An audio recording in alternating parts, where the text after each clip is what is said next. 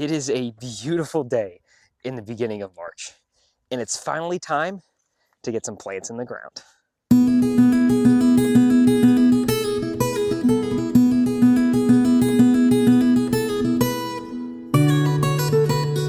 Welcome back to the Backyard Food Project, where we are showing you how we are growing real food in our backyard and keeping a scoreboard along the way.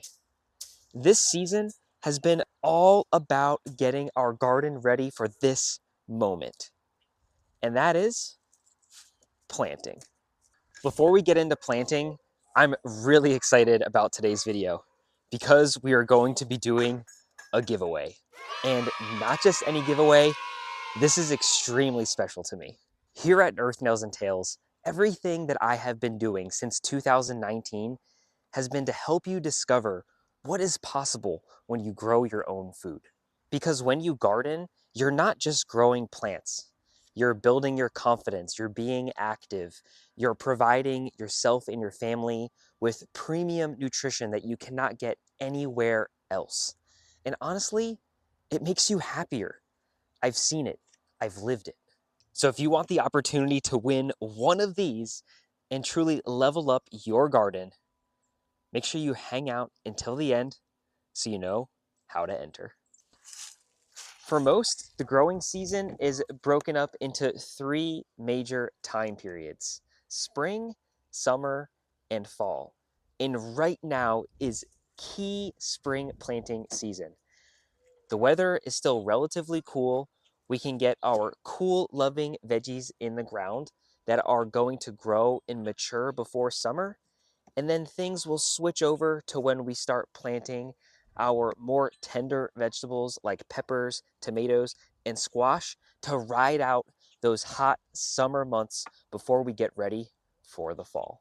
Let's start things off by planting one of our favorite vegetables. And what are these?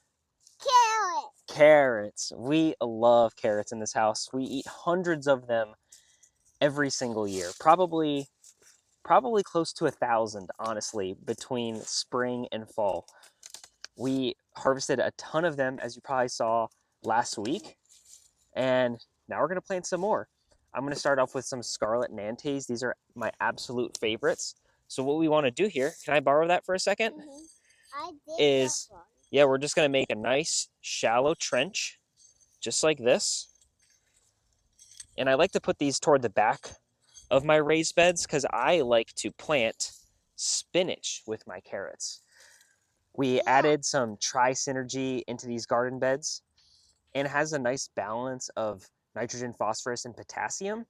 Carrots don't like a lot of nitrogen, but the spinach does. So when you companion plant like that, the plants can trade nutrients and use what they need. So here, now that we have our trench, let's put this right here so we don't get distracted. And we're gonna take our carrot seeds and plant them in that little trench. And we're just gonna take some and sprinkle them along just like this. And for carrots, it's always best to overseed, because if you've tried growing carrots before, you know they can be a little finicky. And that will ensure that we get some good germination of these carrots, because it's always better to use a little bit more seed. You know, a seed pack only costs a few dollars than it is to miss a planting window or missing a harvest because you skimped out. But now let's cover those seeds so that way they grow. Ready? We're gonna just cover the soil just like this, nice and lightly. And then we're gonna water them in really, really well. After we get our plants watered, I do this for every single plant, but this is essential for carrots because carrots have a really long germination period, which means that they need to stay moist during that whole time. Otherwise, they won't germinate, they won't grow. And that is applying a thin layer of mulch. This mulch will prevent the water from being evaporated from the soil and in turn, keep our carrots growing. It's a really simple step that prevents a lot of hassle.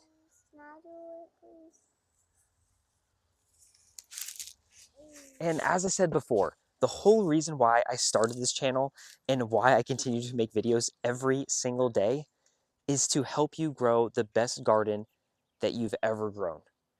And if you are completely confused about when you should be starting plants for your garden, head down to the description of this video and come join me in my private community where I have tons of resources that can help you determine for your specific area what you need to be doing right now. I'll admit, I'm a little bit late, but that window of opportunity is still open to have an extremely successful garden this year. Over the years, I've changed the way that I think about what I actually plant in my garden. What's the point of growing something if you don't actually use it? And onions are one of the things that we use quite often. Usually we use 1 to 2 onions a week. So this is only about half of what I actually need throughout the year. And that's exactly why I plant some onions in the spring and we plant them again in the fall. So we have a consistent supply all through the year. We've got a mixture of red and white onions here. So the way that I like to do this is just pop them out of their cells. And we've got like 4 onions in this individual cell right here. So we're gonna break this up and this will get us 4 onion plants. So I'm just gonna gently massage these. And onions are one of those plants that really don't mind us. Once we get them in the soil, yep, you can do it. Once we get these in the soil, they're just gonna take off. And my onions I like to plant about 4 inches apart or just go a fist. So put one there, do a fist over, put another one, and we're just gonna space these all out and get them planted.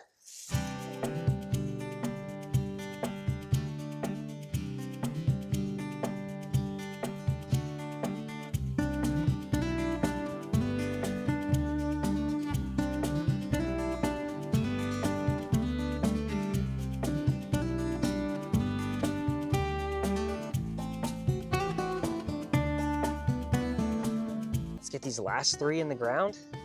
So we've got a mixture of candy, yellow onions, and red Cabernet. And we still got some space left for some flowers and whatnot in here, but it's amazing. This raised bed is less than 4 by 8 feet, and we've got close to 100 onions in here, which is awesome. So it just shows you that you don't need a lot of space to grow a ton of food. Another one of the plants that we eat a ton of is broccoli. So I grew 5 different varieties this year, and we've got 6 plants of each variety, and we easily go through like 2 to 3 broccoli heads a week. We've also got some Brussels sprouts, some cabbage, arugula, some lettuce, and some flowers and lavender. I always love growing lavender for how it looks in the garden, and it smells amazing, helps to keep the pests away.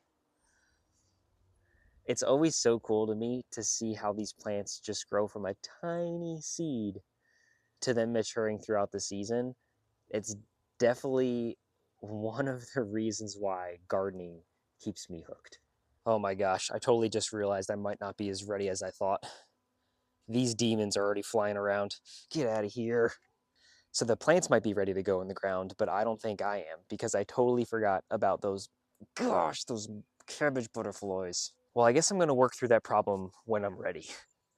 But now, let's open up the stakes for the giveaway. So to celebrate something big that I just launched, my fertilizer, I wanna give back in a big way.